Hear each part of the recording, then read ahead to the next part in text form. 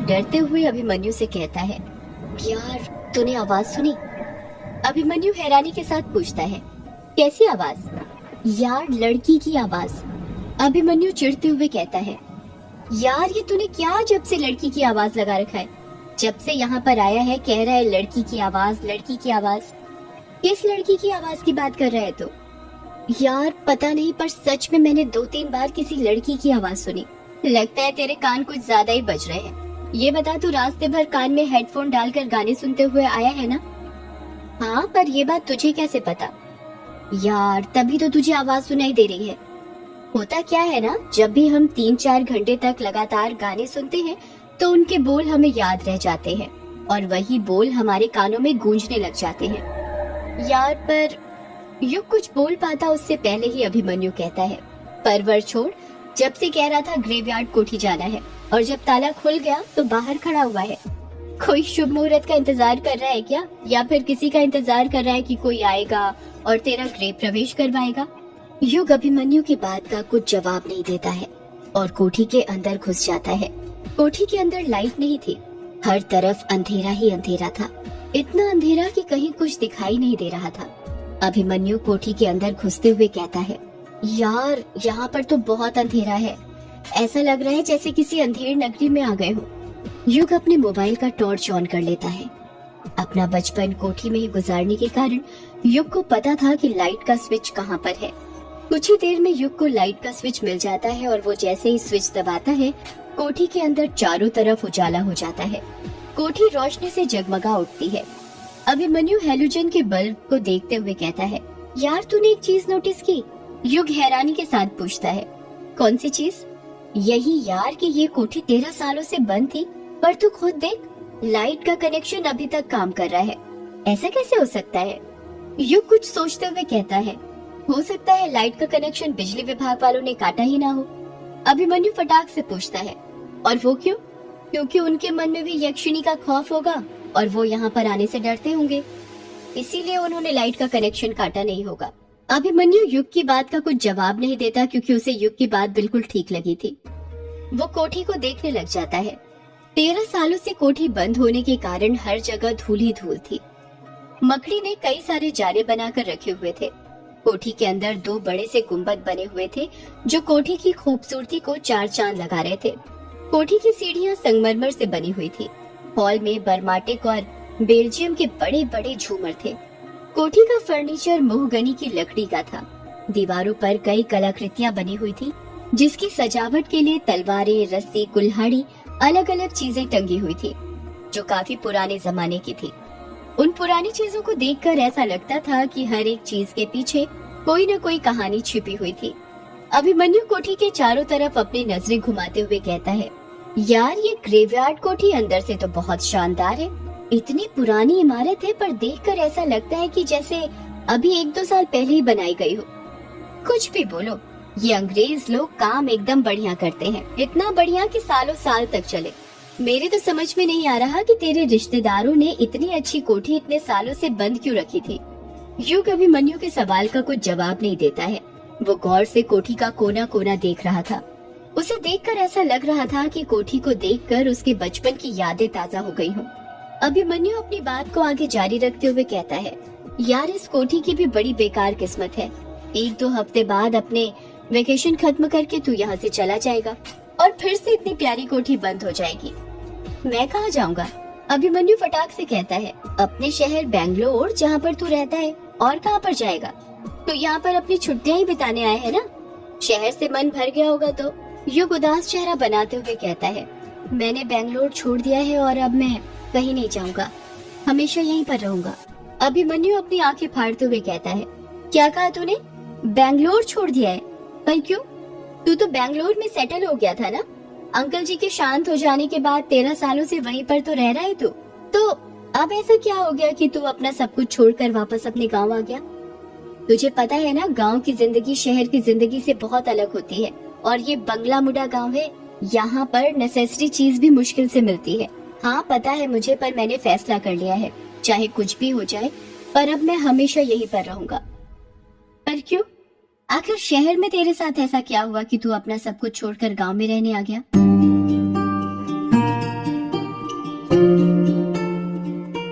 अभिमन्यु देख, अभी ना मेरा तुझे कुछ भी बताने का बिल्कुल मूड नहीं है।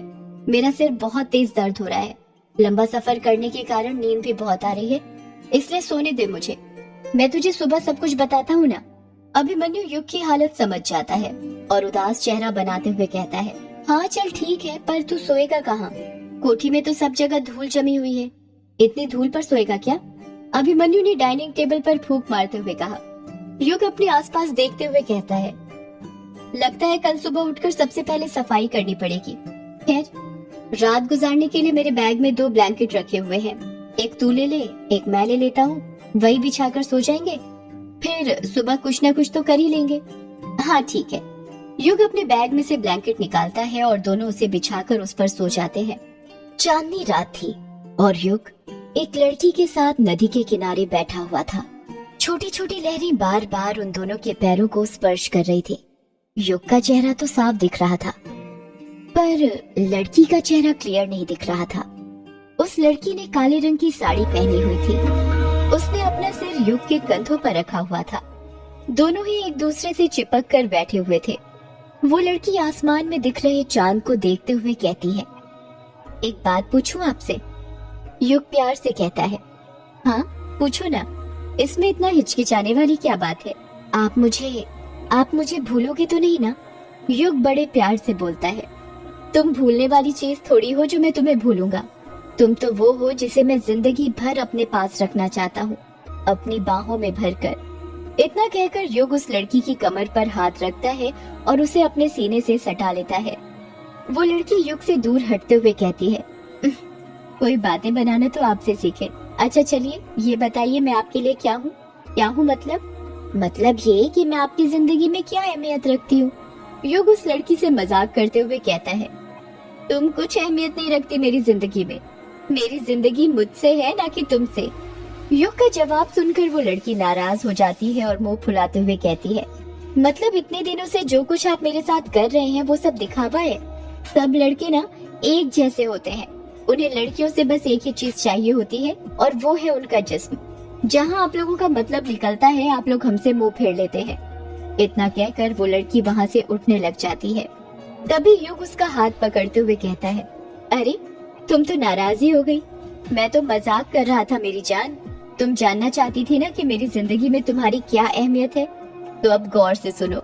इतना कहकर युग उस लड़की को फिर से अपने पास बैठा लेता है और उसकी आंखों में देखते हुए कहता है, तुम मेरी जिंदगी की H2O हो।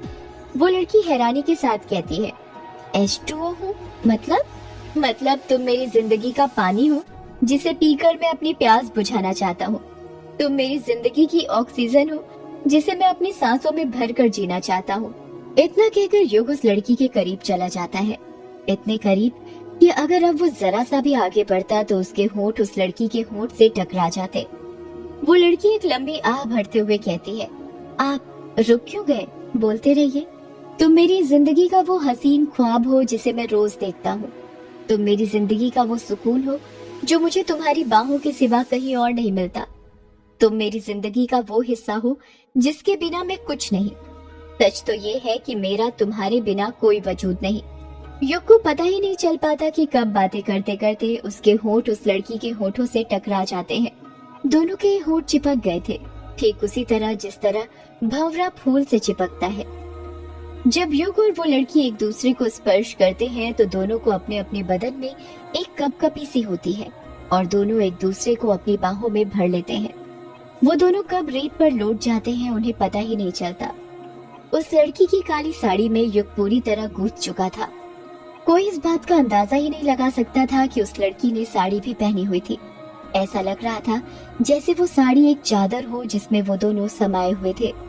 उस लड़की के बदन का एक एक अंग युग के अंग के साथ स्पर्श हो रहा था। दोनों एक दूसरे में समाहित हो गए थे। उन दोनों के रोम रोम में आग लगने लग गई थी। युग उस लड़की के बहुत करीब चला गया था, इतने करीब कि तेज तेज चल रही उस लड़की की दिल की धड़कनों को वो साफ साफ सुन पा रहा था। युग का मन ही नहीं कर रहा था उस लड़की के बदन को छोड़ने का। उसने अपने शरीर की पूरी ताकत लगाकर उसके बदन को अपनी बाहों में जकड़ा हुआ था। वो लड़की बड़ी हिम्मत से अपने हाथ छुड़ाते हुए युग को रेत पर लेटाती है और एक एक करके उसके शर्ट के बटन खोलने लग जाती है। युग अपने आप को उस लड़की को सौंप देता है और रेत पर ही लेटकर आहें भरने लग जाता है। वो लड़की युग के शर्ट के बटन खोल देती है और उसके माथे को चूमने लग जाती है। वो लड़की युग के माथे को चूमते हुए कहती है, आप मुझे भूलोगे तो नहीं ना? युग धीरे से कहता है, नहीं। कि बार बार युग को चूमते हुए बस यही बोले जा रही थी, आप मुझे भूलोगे तो नहीं ना? और युग कहता, नहीं, कभी नहीं। युग के अंदर की गर्मी बढ़ती जा रही थी। वो युग के माथे को चूमने के बाद नीचे आने लग जाती है और उसके सीने को चूमने लगती है। युग के अंदर की उत्तेजना बढ़ते जा रही थी। उसका पूरा बदन पसीने से भीग चुका था। उसके माथे और बदन पर पसीने की बड़ी बड़ी बूंदें थीं। उसे अपने पूरे शरीर में गर्मी का एहसास होने लग जाता है। उसे ऐसा लग रहा था जैसे वो किसी आग में तप रहा हो। देखते ही देखते गर्मी इतनी बढ़ जाती है कि उसकी नींद टूट जाती है और वो अपने सपने में से बाहर आ जाता है। युग झटके के साथ उठते हुए कहता है, ओह माय गॉड, फिर वही सपना। इतना कहकर युग अपने माथे का पसीना पोंछने लग जाता है। उसका पूरा बदन पसीने से लथपथ हो गया था। युग खुद से कहता है, हे भगवान, ये क्या है? क्यों बार बार आप मुझे एक ही सपना दिखाते हो? और आखिर वो लड़की कौन है जिसके साथ मैं ये सब करता रहता हूँ? इतने करीब तो मैं आज तक अपनी जिंदगी में किसी लड़की के नहीं गया। कौन है वो लड़की? क्या संबंध है मेरा उसके साथ? यही सब सोचते हुए युग अपनी जगह पर खड़ा होता है। अपने बैग में से पानी की बोतल निकालता है और पानी पीते हुए फिर सोचने लग जाता है, ये सपना मेरा पीछा क्यों नहीं छोड़ता? बेंगलोर में भी यही सपना दिखता था और यहाँ पर भी। सपने में जो नदी थी वो तो किश्नोई नदी थी, पर वो लड़की कौन थी और उसका चेहरा मुझे क्यों नहीं दिखता कभी? युग वापस से लेट जाता है और कोठी की छत को देखते हुए सोचने लगता है, नदी तो मिल गई, हो सकता है वो लड़की भी मिल जाए। बस एक बार वो लड़की मिल जाए, फिर ये सारे सपनों के राज खुल जाएंगे। कुछ ना कुछ कनेक्शन तो जरूर है मेरा उस लड़की के साथ। ऐसे ही सपने नहीं आते, वो भी सेक्स वाले। यही सोचते हुए युग की कब नींद लग जाती है उसे पता ही नहीं चलता। सुबह हो गई थी और सुबह के 7 बज रहे थे। अभिमन्यु अभी तक गहरी नींद में सो रहा था।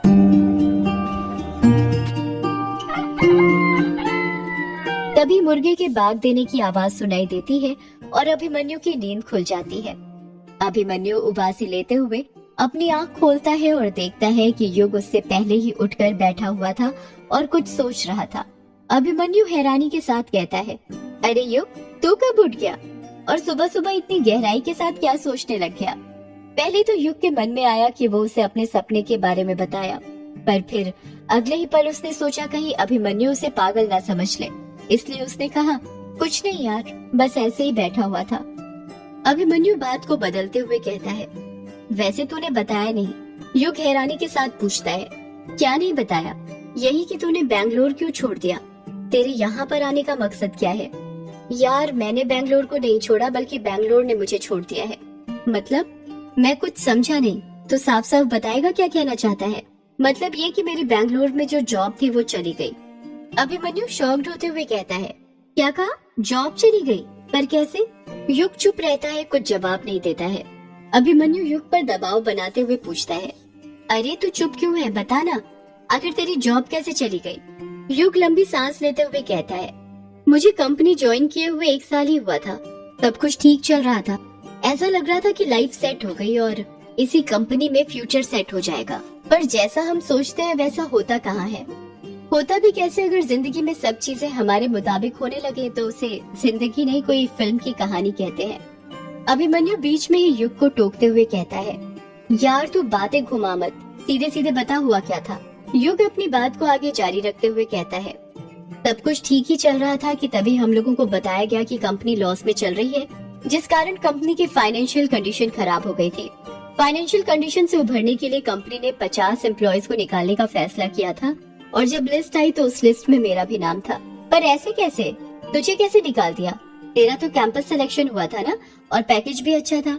हाँ, पर तुझे पता है मेरी फील्ड इलेक्ट्रिकल और इलेक्ट्रॉनिक्स की थी, पर साले काम कोडिंग का कराते थे, पूरा घिस कर रख देते थे, इतना परेशान करते थे कि आप खुद जॉब छोड़ दें या फिर खराब परफॉर्मेंस की वजह से आपको वो खुद निकाल दें। तुझे पता है ये कंपनी और कॉलेज वालों के बीच एक बहुत बड़ी सेटिंग होती है। क्या कहा? सेटिंग होती है? कैसी सेटिंग? देख, मैं बताता हूँ। कंपनियां हर साल कॉलेज में आती हैं, जिससे कॉलेज का नाम होता है और हर साल नए एडमिशन होते हैं। पर क्या कभी तूने ये सोचा है कि जो कंपनियां आती हैं और हर साल कभी 100 तो कभी 200 स्टूडेंट्स का सिलेक्शन करती हैं, उनको किन की जगह पर रखा जाता है? किन की जगह पर? उन एम्प्लॉयज की जगह पर जिनको पिछले साल कैंपस सिलेक्शन करके लाया गया था। यही सिलसिला चलता जाता है और कॉलेज और कंपनी वालों का धंधा चलता रहता है। पर साले ये नहीं सोचते कि जिनको उन्होंने जॉब से निकाल दिया उनका तो एक साल खराब हो गया ना। वो तो इसी उम्मीद से थे कि अब पूरी जिंदगी उन्हें कंपनी के साथ काम करना है। चल ये सब तो ठीक है, इसमें कॉलेज और कंपनी वालों का दोष था, तेरी बात समझ रहा हूँ मैं। पर फिर तूने दूसरी कंपनी में कोई जॉब के लिए अप्लाई क्यों नहीं किया? ऐसा तो था नहीं कि दुनिया में बस एक ही कंपनी है और तू गवर्नमेंट जॉब के लिए भी तो ट्राई कर सकता था ना। तुझे क्या लगता है मैं बेवकूफ हूँ? पिछले 1.5 साल से दोनों जगह ट्राई ही तो कर रहा हूँ, पर कुछ हो ही नहीं रहा। जॉब हलवा थोड़ी है कि यूं मिल जाए, मिलती भी है तो काम की नहीं मिलती, ऊपर से पेमेंट कम। मतलब ये कि तुझे जॉब से 1.5 साल पहले निकाल दिया गया है। हाँ, पिछले 1.5 साल से जॉब ढूंढ रहा हूँ और जॉब पाने के लिए कोचिंग भी ज्वाइन की, पर कुछ काम नहीं आया, बल्कि उसी चक्कर में सारी सेविंग भी खत्म हो गई। हालत इतनी खराब हो गई कि बैंगलोर छोड़कर गांव आना पड़ा। लोग जॉब करने के लिए गांव छोड़कर शहर जाते हैं, पर तू पहला ऐसा शख्स है जो शहर छोड़कर गांव आया है। बता फिर क्या सोचा है? यहाँ गांव में आकर क्या करने वाला है तू? युग कुछ जवाब नहीं देता। अभिमन्यु युग पर दबाव बनाते हुए पूछता है, बता यार, यहाँ गांव में क्या करने वाला है? मैंने गांव में एक स्टार्टअप खोलने का फैसला किया है। कैसा स्टार्टअप?